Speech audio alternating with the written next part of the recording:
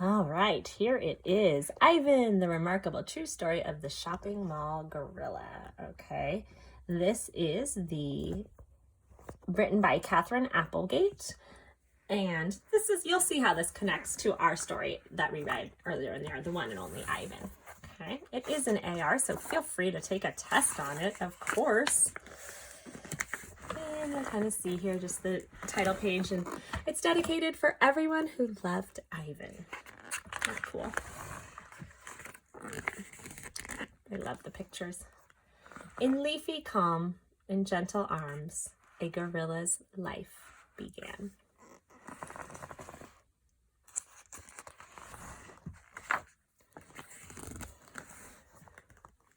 The baby was born in a tropical forest in Central Africa. He was part of a large family of western lowland gorillas. The troop included babies, juveniles, females, and a male leader, the silverback. Right. The more the baby gorilla grew, the more he played. The more he played, the more he learned. He rode on his mother's back. He listened to the hoots and grunts and chest beats of his father. He watched the older gorillas, clever and quick, as they wrestled and chased and swung from vines. Baby Ivan. He did not learn about humans until it was too late. Poachers with loud guns and cruel hands stole the little gorilla and another baby. After thousands of miles and endless days in a black, damp crate, at last came light and fresh air. The jungle, green with life, was gone.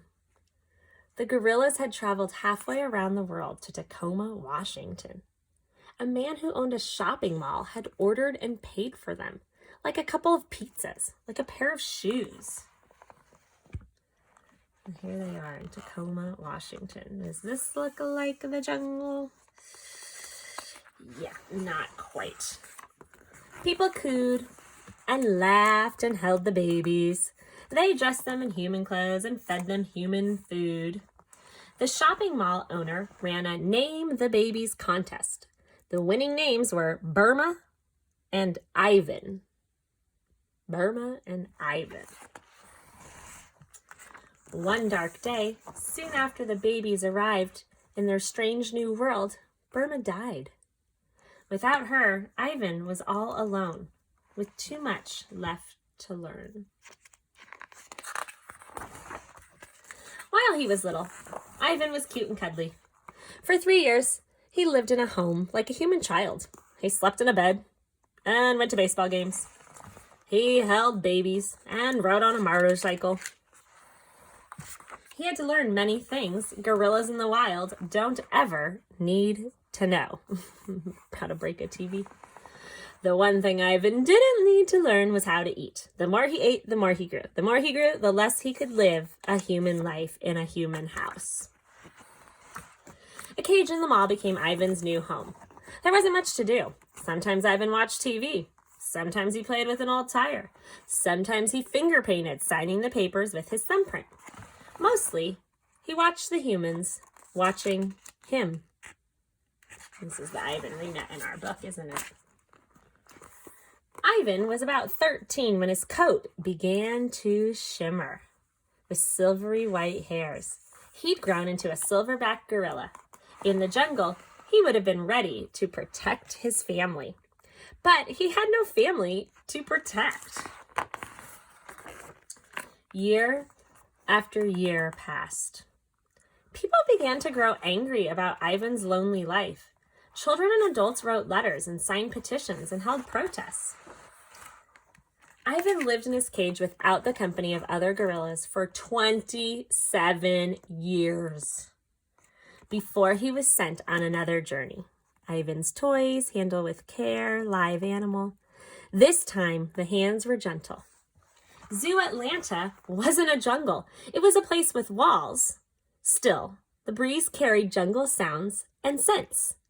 Scientists who understood the needs of gorillas helped Ivan adjust slowly, carefully, and gently to his new life. We saw that in the book too. Finally, it was time. Was Ivan ready? Cameras clicked. Reporters watched. Dun, dun, dun, dun, dun, the mighty silver dun. When Ivan stepped onto the cool green grass, the sunlight gleaming on his silver hair, people cheered and laughed and wept with joy. Ivan, the shopping mall gorilla, was in a place with trees and grass and other gorillas at last. In leafy calm, in gentle arms, a gorilla's life began again. Now remember, this is true. This is based on a true story. Now, of course, the one and only Ivan adds a lot more characters and things like that to it. So I just wanted to read this part about Ivan to you guys. The facts of Ivan's early life are not well recorded, but as far as we know, Ivan was born in 1962 in what is now the Democratic Republic of the Congo. He was about 6 months old when he was caught by poachers, traders who illegally capture and often kill wild animals. We often hear about poachers with elephant tusks and rhino horns, things like that. It's unclear what happened to Ivan's family, but he was seized with another gorilla, a young female, most likely the infant of a different mother from Ivan's troop. The two babies were shipped to the B&I Circus store in Tacoma, a shopping center that frequently displayed wild animals including an elephant, a seal, and chimpanzees to attract customers. So it was called the B&I Circus store. To advertise their latest acquisition, the B&I sponsored a contest to come up with the best names for the babies.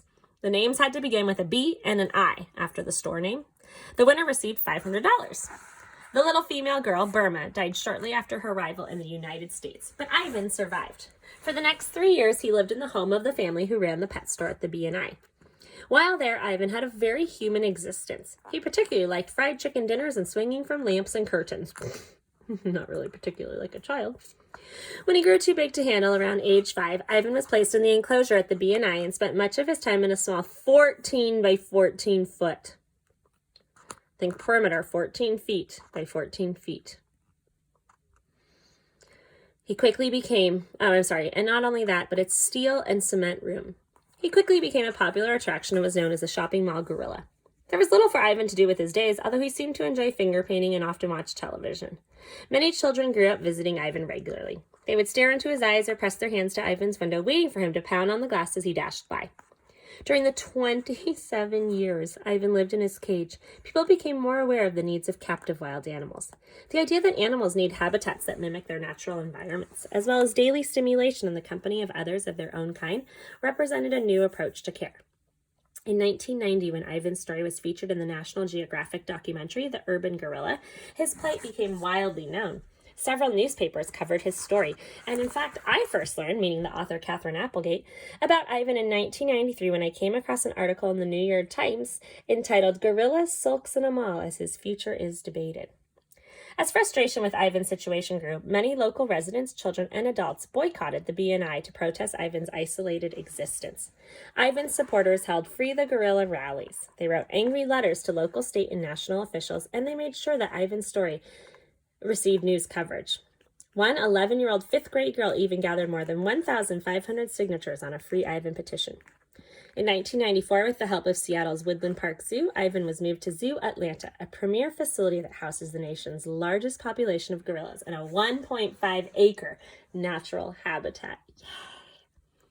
Ivan was allowed to slowly acclimate to his new life. At first, he was afraid of the other gorillas, but gradually he became more comfortable with them. He never had children, but he enjoyed playing with the juvenile gorillas and with the females at the zoo.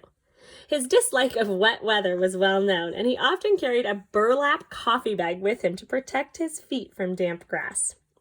That's funny. To those who knew him, he seemed to be content at last. Ivan died in 2012 at the age of 50. The oldest gorilla now living in captivity is 52.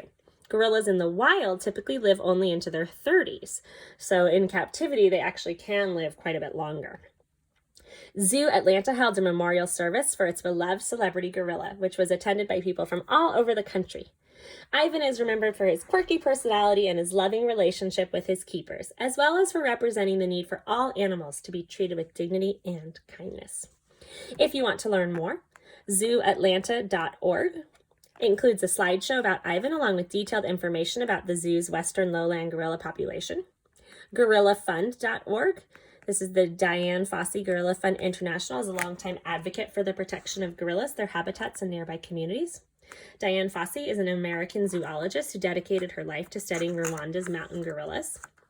And the last one is NationalGeographic.com because it contains a wealth of information about gorillas and their habitats. National Geographic is always a good one. This is cool. This is by Jody Kerrigan, was Ivan's main keeper at Zoo Atlanta during the last years of his life. And these are her memories. And this is what the zookeeper says. Ivan was my best friend for 10 years, and I am a better keeper for having cared for and known such a unique and amazing animal. He gave us a lot of love, and I think he enjoyed his 18 years with us at Zoo Atlanta as much as we enjoyed having him here. Every time I think of Ivan, I smile and remember how glad he was to see me and how he greeted me with happy rumbles, especially when I came to work in the morning. He was very gentle and loving and always kept me laughing. Ivan loved to paint, which was evident by how quickly he came right over and made delighted noises when I got the painting supplies out. I would hold out the colors and he would point to the one he wanted to use. His favorite color was red. I would put it on the canvas and give him the brush, and then he was done. He'd hand the brush back to me. For his finishing touch, he would sign each one with his fingerprint. Ivan had a very large following of fans from Washington State. His fan club only grew when he moved to Atlanta. He won the hearts of thousands of people, and there's not a day that goes by that I don't miss him. His life has been a symbol of the way animals shape our lives and the power we have to shape their lives. Meaning the choices that people make can affect animals' lives as well. And this is a painting by Ivan. So yes, there was a lot more information here besides just the picture book story, but kind of just a real explanation of the true story about Ivan. This is by Catherine Applegate, illustrated by G. Brian Kress, and I hope that you enjoyed it. Feel free to take an AR test on it too.